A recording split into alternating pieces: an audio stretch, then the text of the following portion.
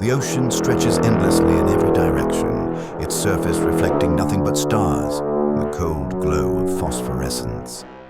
Beneath these waters, nuclear submarines patrol in absolute silence, their hulls cutting through darkness that has never known sunlight. Each vessel carries enough firepower to end civilizations, operated by men who have sworn oaths to protect secrets that could reshape the world. In the depths of the Cold War, when every radar signature could herald the apocalypse, something else was watching. Objects that moved without sound through water and sky alike. Craft that appeared over our most sensitive installations with a frequency that defied explanation. Lights that danced above nuclear facilities while trained observers documented encounters that would remain buried for decades. Tonight, we examine 3 declassified incidents that challenge everything we thought we understood about naval security in the skies above our nuclear arsenal. These are not tales of science fiction or tabloid speculation. These are documented encounters involving submarine commanders, carrier captains, and security personnel. Individuals entrusted with weapons capable of ending human civilization. The witnesses were radar operators who tracked Soviet submarines across vast ocean distances. Nuclear technicians who maintained America's ultimate deterrent. Military officers whose careers spanned decades of service to their nation. Their testimonies, locked away in classified vaults, describe encounters with technology that seemed to render our most advanced defenses obsolete. What did they observe in those dark waters and nuclear skies? If their accounts prove accurate, the implications reach far beyond questions of national security into territory that humanity may not be prepared to explore.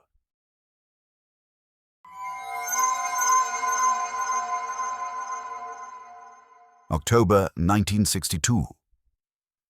The world teeters on the edge of nuclear war as the Cuban Missile Crisis pushes American and Soviet forces to the brink of mutual annihilation. In the dark waters of the North Atlantic, nuclear submarines maintain their silent vigil, each vessel representing a significant portion of America's strategic deterrent force. USS Polaris, designation SSBN 608, cuts through the depths 400 feet below the surface. Commander James Mackenzie has kept his boat submerged for 43 consecutive days, his crew of 140 men operating in an environment where sunlight is nothing more than memory. The submarine carries 16 Polaris ballistic missiles, each equipped with nuclear warheads capable of destroying entire cities. They patrol under DEFCON 2, one step removed from nuclear war. In this environment of ultimate tension where every decision carries the weight of global consequences, something impossible appeared on their sonar displays. Something that would challenge everything these experienced submariners thought they understood about underwater warfare and the physics of oceanic navigation. The control room of the Polaris operates in perpetual red light, designed to preserve the night vision of crew members who might need to observe surface contacts through the periscope. The air carries the metallic scent of recycled oxygen mixed with the ever-present aroma of diesel fuel and electrical systems. Sonar pings echo through steel corridors at regular intervals, painting acoustic pictures of the surrounding ocean. Sonar operator First Class Rodriguez had been tracking routine merchant traffic when his displays registered something unprecedented. The contacts appeared suddenly, moving at speeds that violated every principle of submarine engineering he had learned in 8 years of naval service. From Commander Mackenzie's declassified debriefing, filed with Naval Intelligence on November 15, 1962, at 00:0347 hours, Sonar operator First Class Rodriguez reported multiple contacts moving at impossible speeds. I immediately proceeded to the sonar station and reviewed the displays personally. 3 objects, each approximately 200 feet in length, were moving at what our equipment calculated as 400 knots underwater, speeds that violate every principle of submarine engineering known to our Navy. The contacts approached our position from bearing 045, maintaining perfect formation spacing. Our sonar detected no propeller signatures, no engine noise, no cavitation patterns. They moved through the water in complete silence. When I ordered evasive maneuvers to test their intentions, the objects matched our course changes instantaneously, as if they possessed knowledge of our intentions before we executed the orders.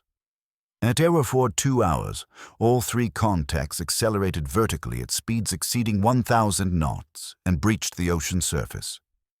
I ordered periscope depth and observed 3 luminous objects ascending into the night sky at impossible angles of climb. They disappeared beyond visual range in less than 30 seconds, leaving no trace of their presence except our sonar recordings.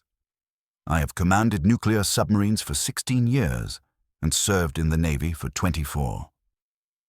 What we observed that night challenges everything I know about underwater physics, aerial dynamics, and the capabilities of any known technology. Mackenzie's extraordinary account was corroborated by 7 crew members, including Executive Officer Lieutenant Commander Harrison and Chief Sonar Technician Petty Officer Martinez. The USS Polaris carried the most sophisticated underwater detection equipment available to the U.S. Navy in 1962. Systems specifically designed to track Soviet submarines at ranges exceeding 1,000 nautical miles. Rodriguez later described the sonar contacts as 3 green ghosts moving like nothing I'd ever tracked before. The water temperature at their depth registered 39 degrees Fahrenheit, with outside pressure exceeding 175 pounds per square inch, sufficient force to crush an unprotected human body in milliseconds.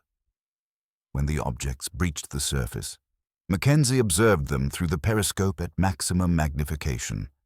He described 3 oval-shaped objects, metallic in appearance, surrounded by a bluish-white luminescence that reflected off the ocean surface like phosphorus burning on water. The tension builds from what began as routine Cold War patrol operations. The crew understood they were operating during the most dangerous period of the nuclear age, when any unusual contact might represent Soviet technology designed to neutralize American strategic forces.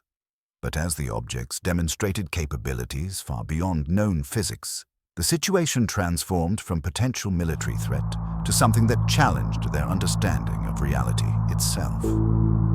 What happened next proved even more disturbing than the encounter itself. Within 6 hours of surfacing and transmitting their routine patrol report, Mackenzie received priority orders to proceed immediately to Norfolk Naval Base for emergency debriefing. The entire crew was placed under oath and sworn to secrecy under provisions of the Espionage Act. The incident was classified at the highest levels of naval intelligence, buried in files that would remain sealed for 57 years. Mackenzie's career, previously marked by consistent promotions and commendations, stalled immediately following the encounter. He retired from active duty 2 years later, never again commanding a nuclear submarine.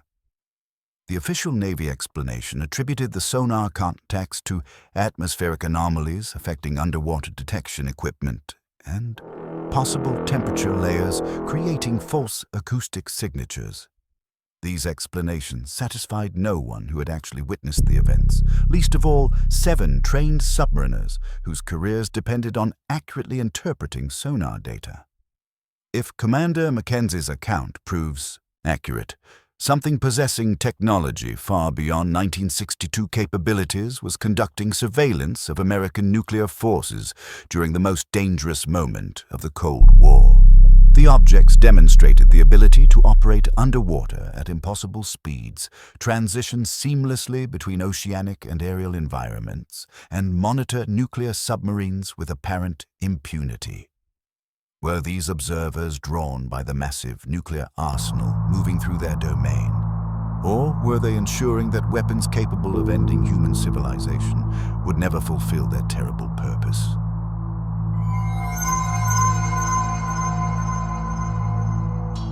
Naval Base Kitsap Bangor, Washington State, August 1975. The facility represents one of the most heavily defended nuclear installations in North America, home to the Pacific Fleet's Trident submarine force and storage bunkers containing enough nuclear warheads to destroy several continents. Master Chief Petty Officer Robert Chen commands the Midnight Security Detail responsible for protecting assets that form the backbone of America's nuclear deterrent. Bangor operates under security protocols that classify the base as a no-fly zone, extending 50 nautical miles in all directions. Advanced radar systems track objects as small as migrating birds. Surface-to-air missile batteries maintain constant readiness to engage unauthorized aircraft. The perimeter is monitored by motion sensors, thermal imaging systems, and armed patrols with orders to shoot first and identify targets later. Nothing enters Bangor airspace without proper authorization. Until the night something did. The Pacific Northwest in late August carries the scent of salt water mixed with dense forest growth. Marine fog rolls off Puget Sound after midnight, reducing visibility to yards and creating an atmosphere of perpetual twilight. The only sounds are distant foghorns, the occasional rumble of submarine diesel engines, and the steady hum of electronic surveillance equipment monitoring the darkness. Master Chief Chen had been conducting routine security inspections when the base's primary radar installation detected multiple contacts approaching from the northwest. The objects appeared on displays as solid returns, flying in formation at 15,000 feet altitude with no transponder signals, no filed flight plans, and no response to radio challenges. From Chen's declassified testimony to Naval intelligence dated September 3, 1975. At 23:18 hours, our primary radar installation detected 7 objects approaching from bearing 315 at 15,000 feet altitude. I immediately ordered alert status and activated all surface-to-air defense systems. The objects showed no transponder signals and failed to respond to radio challenges on all emergency frequencies. The contacts descended to 5,000 feet and assumed formation directly over our Trident storage bunkers. Each object appeared as an intense white light, approximately 30 feet in diameter, with no visible means of propulsion or control surfaces. They maintained perfect geometric spacing, exactly 500 feet apart in a precise hexagonal pattern around our most sensitive facilities. I contacted McCord Air Force Base requesting immediate intercept of unknown aircraft in restricted airspace. 2 F-106 Delta Dart interceptors launched within 12 minutes of my request. As the fighters approached our location, all 7 objects accelerated vertically at impossible speeds and disappeared from radar contact. The objects returned 3 additional times during my watch, always assuming identical formation over our nuclear storage areas. Each time we scrambled interceptors, the objects departed immediately before visual contact could be established. Total observation time across all 4 appearances, 47 minutes of documented surveillance over our most classified facilities. In 22 years of military security operations, I have never witnessed anything comparable to these events. Chen's report triggered an immediate multi-agency investigation involving Naval Intelligence, the Air Force Office of Special Investigations, and classified elements of the Central Intelligence Agency. Radar data from 3 separate installations confirmed the object's presence, flight characteristics, and precise positioning over nuclear storage facilities. More troubling was the pattern that emerged from classified database searches. Similar incidents had been documented at 12 other nuclear facilities between 1973 and 1976. Always the same hexagonal formation, always over weapons storage areas, always departing immediately when conventional aircraft approached for intercept. Guard Sergeant Maria Vasquez, stationed at Perimeter Gate 7, provided additional testimony that painted an even more disturbing picture of the encounters. Her German Shepherd, trained specifically to detect explosives and unauthorized personnel, dropped to the concrete and refused to move when the lights appeared overhead. The dog was trained to remain calm under artillery fire and had served in Vietnam, Vasquez reported. But when those lights appeared, he pressed himself against the gate barrier and whimpered like a puppy. The entire forest went completely silent. No insects, no birds, no small animals moving through the brush. Even the wind seemed to stop. The objects themselves defied conventional explanation. Security personnel described lights brighter than stadium illumination that somehow cast no beams downward toward the ground. Thermal imaging systems detected no heat signatures despite the intense luminosity. Electronic warfare specialists reported no electromagnetic emissions that might indicate propulsion or communication systems. When the F-106 interceptors approached during the second appearance, the objects demonstrated acceleration capabilities that exceeded anything at the American military inventory. Radar tracked them climbing vertically at speeds approaching 15,000 miles per hour until they disappeared beyond the range of ground-based detection systems. The investigation that followed revealed Chen's career was effectively ended within months of filing his report. He received orders transferring him to administrative duties in San Diego, far from any nuclear facilities or classified operations. The radar tapes documenting the encounters were confiscated by unknown federal agents and allegedly destroyed to prevent compromise of security procedures. Official explanations attributed the incidents to atmospheric disturbances, equipment malfunctions, and possible misidentification of conventional aircraft conducting authorized flights. These explanations satisfied no one who had actually witnessed the events, particularly trained security personnel whose careers depended on accurately identifying potential threats. If Chen's account proves credible, something was conducting systematic surveillance of America's nuclear arsenal using technology that rendered conventional military response completely ineffective. The objects appeared to possess detailed intelligence about the most sensitive areas of nuclear installations and demonstrated the ability to avoid interception by advanced fighter aircraft. The pattern of appearances, always over nuclear storage facilities, always in precise geometric formations, always departing before conventional forces could respond, suggested intelligence and purpose rather than random occurrence. Were these objects mapping America's nuclear capabilities for some unknown intelligence service?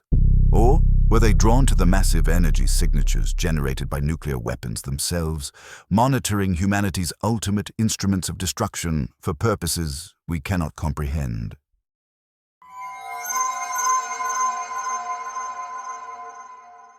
USS Enterprise, CVN-65 March, 1984. The world's first nuclear-powered aircraft carrier cuts through Pacific swells 200 nautical miles southeast of Pearl Harbor, her flight deck spanning 4.5 acres of American naval supremacy. Captain William Hayes commands 5,000 personnel and 90 aircraft, including F-14 Tomcats equipped with Phoenix missiles capable of intercepting targets at ranges exceeding 100 miles. The Enterprise represents $4.5 billion of military technology wrapped in 93,000 tons of steel and nuclear reactors.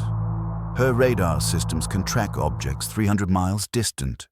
Her defensive capabilities can engage multiple aerial threats simultaneously while maintaining flight operations around the clock. The battle group includes guided missile cruisers, destroyers, and attack submarines, a floating city designed to project American power across any ocean. Nothing should surprise a carrier battle group operating in international waters during routine training exercise. But something was about to challenge everything these experienced naval officers thought they understood about aerial warfare and the capabilities of known technology. The morning of March 15th brought clear skies and moderate seas to the Hawaiian operating area. Flight operations had commenced at 05:30 hours, with the launch of combat air patrol aircraft tasked with maintaining defensive coverage around the battle group. The Enterprise was conducting advanced flight training, testing the integration of new radar systems with existing missile defense capabilities. In the Combat Information Center, located deep within the carrier's armored hull, radar operators monitored screens displaying hundreds of contacts jets, commercial aircraft following established flight corridors, military training flights from Hawaiian bases, and the routine traffic of one of the world's busiest shipping lanes. At 05:45 hours, everything changed. From Captain Hayes' classified after-action report, dated March 18, 1984.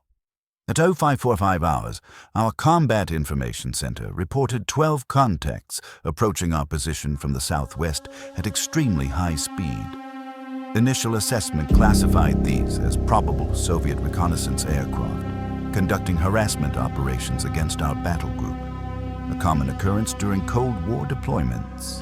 The contacts appeared on our most advanced radar systems as solid returns, each approximately 40 feet in length, traveling at 2,400 miles per hour at 60,000 feet altitude. Our electronic warfare systems detected no heat signatures despite the supersonic speeds, no radio emissions, no sonic booms despite velocities that should have generated massive acoustic signatures. At 05:51 hours, the objects descended to 15,000 feet and assumed what can only be described as escort formation around our entire battle group. 2 objects positioned themselves alongside Enterprise, 4 maintained formation over our destroyer screen, and 6 assumed overhead coverage positions. They matched our course and speed with precision that exceeded our own navigation capabilities. Concerned about the unknown nature of these contacts and their aggressive positioning around nuclear-powered vessels, I authorized weapons release for defensive engagement. 4 F-14 Tomcat interceptors engaged the targets with Phoenix missiles at maximum effective range. All missiles passed through the target areas without detonation or apparent effect. Our most advanced air-to-air weapons appeared completely ineffective against objects that registered as solid contacts on multiple radar systems, but somehow remained immune to kinetic engagement. At 06:02 hours, all 12 objects accelerated simultaneously to impossible speeds and departed our area of operations. Final radar contact recorded them at 80,000 feet altitude, traveling approximately 15,000 miles per hour, speeds that exceed any known aircraft by factors of magnitude. 31 years of naval service, including command of 3 different vessels, have not prepared me to explain what we observed during this encounter. The Enterprise incident involved multiple radar installations, 37 crew members across different departments, and pilots from 2 separate fighter squadrons. The carrier's Aegis combat system, designed to track and engage hundreds of simultaneous targets, recorded detailed telemetry of objects performing maneuvers that exceeded known technological capabilities by enormous margins. Lieutenant Commander Sarah Mitchell, piloting an F-14 during the engagement, provided additional testimony that highlighted the unprecedented nature of the encounter. The objects appeared perfectly spherical through my aircraft's targeting systems, with metallic surfaces that reflected sunlight like polished chrome. When I achieved missile lock and fired, my Phoenix passed directly through the target without any apparent impact. It was as if I was engaging something that existed on radar, but possessed no physical substance. Radar operator Chief Martinez, monitoring the encounter from the Combat Information Center, described the object's movement patterns as unlike any aircraft I've tracked in 15 years of naval service. The contacts moved without acceleration curves, changing speed and direction instantaneously in ways that should have generated G-forces sufficient to destroy any known aircraft. The Pacific Ocean appeared unusually calm during the encounter, with cloud formations developing rapidly around the battle group despite clear weather forecasts. Surface winds dropped to near-zero velocities, creating an almost supernatural stillness that veteran sailors found deeply unsettling.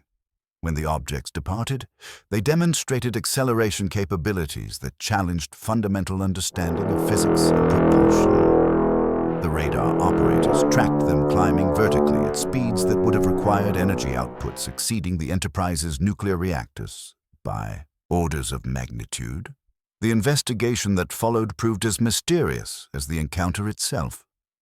Within 24 hours, Captain Hayes received priority orders to return immediately to Pearl Harbor for classified debriefing.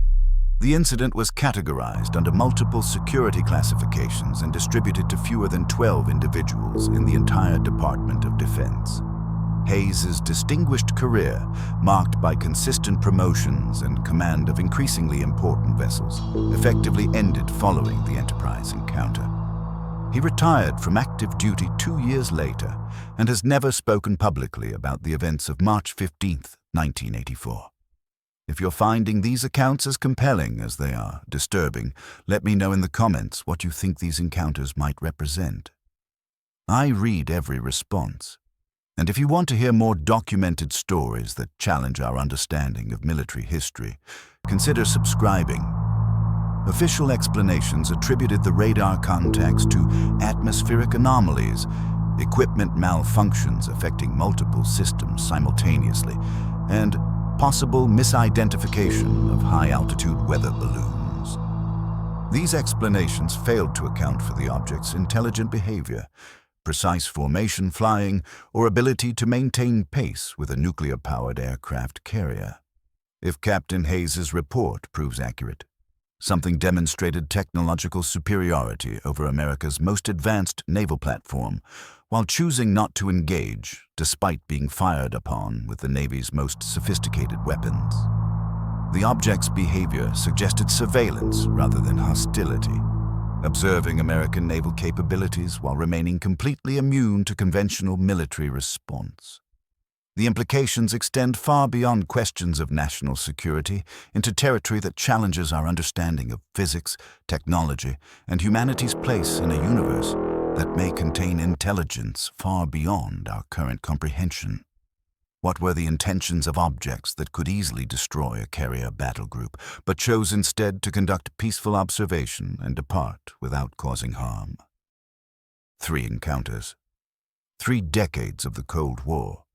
3 incidents that challenge everything we thought we understood about naval security and the surveillance of America's nuclear arsenal. Each case involves experienced military personnel, sophisticated detection systems, and nuclear weapons facilities, the most sensitive and heavily defended installations in the American military establishment. The pattern that emerges from these declassified accounts is deeply disturbing. Objects demonstrating technology centuries ahead of known capabilities, conducting systematic surveillance of our nuclear assets, and departing peacefully when conventional military forces attempt engagement. If these testimonies prove credible, something has been monitoring humanity's most dangerous weapons for decades with complete impunity. Skeptics rightfully point to the lack of physical evidence, the classified nature of the reports, and the natural tendency for unusual incidents to become embellished over time. They argue that atmospheric conditions, equipment malfunctions, and the psychological stress of handling nuclear weapons can create false perceptions, even among trained observers. But consider the credentials of the witnesses we've examined tonight. Commander Mackenzie, a 16-year submarine veteran trusted with nuclear ballistic missiles during the Cuban Missile Crisis. Master Chief Chen, a 22-year security specialist responsible for protecting Trident nuclear facilities. Captain Hayes, a 31-year naval officer commanding America's first nuclear-powered aircraft carrier. These are individuals specifically selected for their ability to distinguish between normal and abnormal phenomena, entrusted with weapons capable of ending human civilization, and sworn to report unusual incidents with absolute accuracy. Their accounts, buried in classified files for decades, describe encounters with technology that rendered America's most advanced military systems completely ineffective. The human cost of these encounters extends far beyond the immediate witnesses. Military careers ended abruptly. Personnel transferred to remote assignments. Entire incidents classified at levels that prevented even senior military historians from accessing complete documentation. The psychological impact on individuals who witnessed technology beyond current understanding, then were ordered to never discuss their experiences, remains completely unmeasured. Perhaps perhaps most troubling is the consistent pattern of military ineffectiveness these encounters revealed. Submarine sonar systems detected objects but could not track their movements. Fighter interceptors failed to achieve visual contact despite radar locks. Surface-to-air missiles passed harmlessly through targets that appeared solid on multiple detection systems. If these accounts represent surveillance by unknown intelligence, the message seems unmistakably clear. Your most advanced weapons are irrelevant. Your most classified facilities are transparent, and your nuclear capabilities are being monitored by technology you cannot comprehend or counter. The question that haunts these declassified files is whether these objects represent terrestrial technology developed by adversarial nations, natural phenomena beyond current scientific understanding, or evidence of intelligence that views human nuclear weapons as a matter of concern extending far beyond terrestrial politics. As we've seen tonight, the files remain largely classified, the witnesses bound by decades-old security oaths, and the implications too staggering for comfortable consideration. But somewhere in the dark waters and nuclear skies, objects continue their patient surveillance, watching, waiting, and perhaps ensuring that humanity's most dangerous weapons never fulfill their terrible purpose. If stories like these keep you awake at night, wondering what else remains buried in classified archives, hit that subscribe button and turn on notifications. The truth is often stranger than fiction, and there are more documented encounters waiting in the shadows of military history. Disclaimer: these stories are presented as submitted accounts and legends based on declassified documents and witness testimonies. Interpretations may vary, and readers should form their own conclusions about these events.